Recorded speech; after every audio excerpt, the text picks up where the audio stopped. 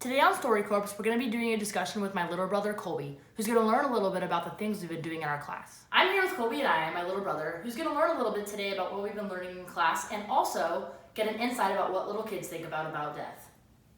All right, first question, Colby. Where were you born? I was born at a hospital in San Jose called Good Sam, and that was on October 5th, 2004. So how old does that make you today? I am 14. Okay. What are your favorite things to do? I like hanging out with friends, playing sports like soccer and lacrosse, and playing video games. And on a typical day, what does your day consist of other than your hobbies? Like when you wake up, do you have a routine? What kind of things do you do during the day? I wake up during summer pretty late, around 11 o'clock. Everybody does. And then brush my teeth, eat breakfast, help if my dad's home, help him out in the yard, and then do my hobbies. Okay, so do you know I'm doing this interview with you today, Colby? Not really. I know it has to do with what you guys are learning in class. Okay. So when I say the word sociology, what does that make you think of? Do you learn about that at school? Do you know what that means? I don't think we've learned about that at school. I really don't 100% know what it means, but I know what social means, and that's like talking and like speaking to each other, and ology means to learn or the study of. So I would assume it means something like the study of talking and speaking. Kind of, yeah. So in class, we're actually learning about the different cultures and beliefs and things that people practice and understanding how it can change different societies. So can you, if I say the word, like I said, you think about talking. And on the lines of sociology, I have a question for you. Do you feel misunderstood by people who have different beliefs than you? Kind of, because I feel that I come from a different perspective. If I talk about stuff that maybe my family will do, other families wouldn't understand why we do that if they are from a different country or don't do the same things as us. Okay. What about religion? Like, how do other people, do you see different people do different things? Yes, I do. I see that for example, one of my friends, he does a fasting every year, and that's for a month, so it really changes his personality too, so it kind of affects me too, because while he's doing that fasting, his personality switches because he's a lot more moody and is really tired all the time because he stays up late eating during the time. And what about your family? Did they do anything like that? My family, we really don't do much religious things, but we do believe in God. Right. So that right there is an example of sociology, because you have two different families who coerce and hang out but have different views. So that would be your example. Another question for you. Why did you agree to do this interview today? Which just thought I'd throw a little spunk in there, but why did you agree? I agreed to do this interview because I thought it'd be fun and I like spending time with you, so. Oh, you're so cute. So on the topic of sociology, we're going to go into what people think about death. And I know you're a little young to discuss things like that, but I thought maybe it'd be interesting to get a little kid's view. So the first question I have is, who has been the most influential person in your life and what did they teach you? The most influential person in my life has probably been both my parents, because they've taught me basically everything I know. That's true.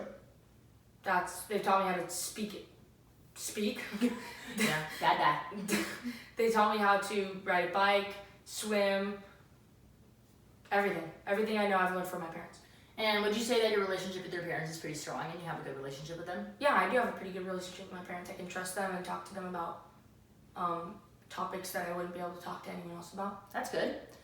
So along those lines, how do you feel that your family handles death? What type of things do they do? What do they go forward with that they do to handle situations like that? Well, I feel like every family definitely has grief when someone in the family dies, because of course it's sad, but I don't think a lot of families or religions or any different types of families do what we do. We do a celebration of death, which is basically you celebrate the great life that the person whose dad had. Right. So let's say a family member died, the whole family will get together and basically just talk and party about all the great things that this person did in their life and how great of a life they did have. And what color do your family wear when they go? And Who's the last person that passed away in your family? So the last person that passed away in my family was my dad's dad, so my grandpa on my dad's side, and that was around 12 years ago. So I was pretty little when that happened, but when someone dies, we would wear black to funerals, and to the celebration of death, just nice clothes, kind of what I'm wearing today. Right. Because you look very handsome. Thank you. Another question would be, since you said you were really young when he passed away, how have you grown up understanding who he was as a person? What have you seen from your mom and dad that has helped you see since you were too young to remember? So as you said, I really don't remember him. I remember him teaching me how to, he was also part of who taught me how to swim, because that was around the age when I was learning how to swim. So I remember that, and the most things I've learned about him are through pictures and stuff that my mom and dad have showed me, like pictures of me and him sitting in the pool together, and they said, oh, I remember this day, you guys did this and this, and that's basically how I remember him, is only through pictures and things that my mom and dad have told me. That's awesome. And do you have any friends at school that celebrate or more in depth in a different way that you know of? Can you think of any examples? Not really. I definitely know that some people, instead of having a funeral and then doing a burial, they cremate. So which is just what I was going to ask you about, so you're on the right track. Well, yeah, so some families will cremate and some families will do a burial, but I don't really know if that is a family thing, because it's a sociology thing. It definitely, yeah. It is. Because some families do it and some don't. I know, but I feel like some families might, like a mom might want to be cremated, but the dad might want to be buried. Yeah, that's true.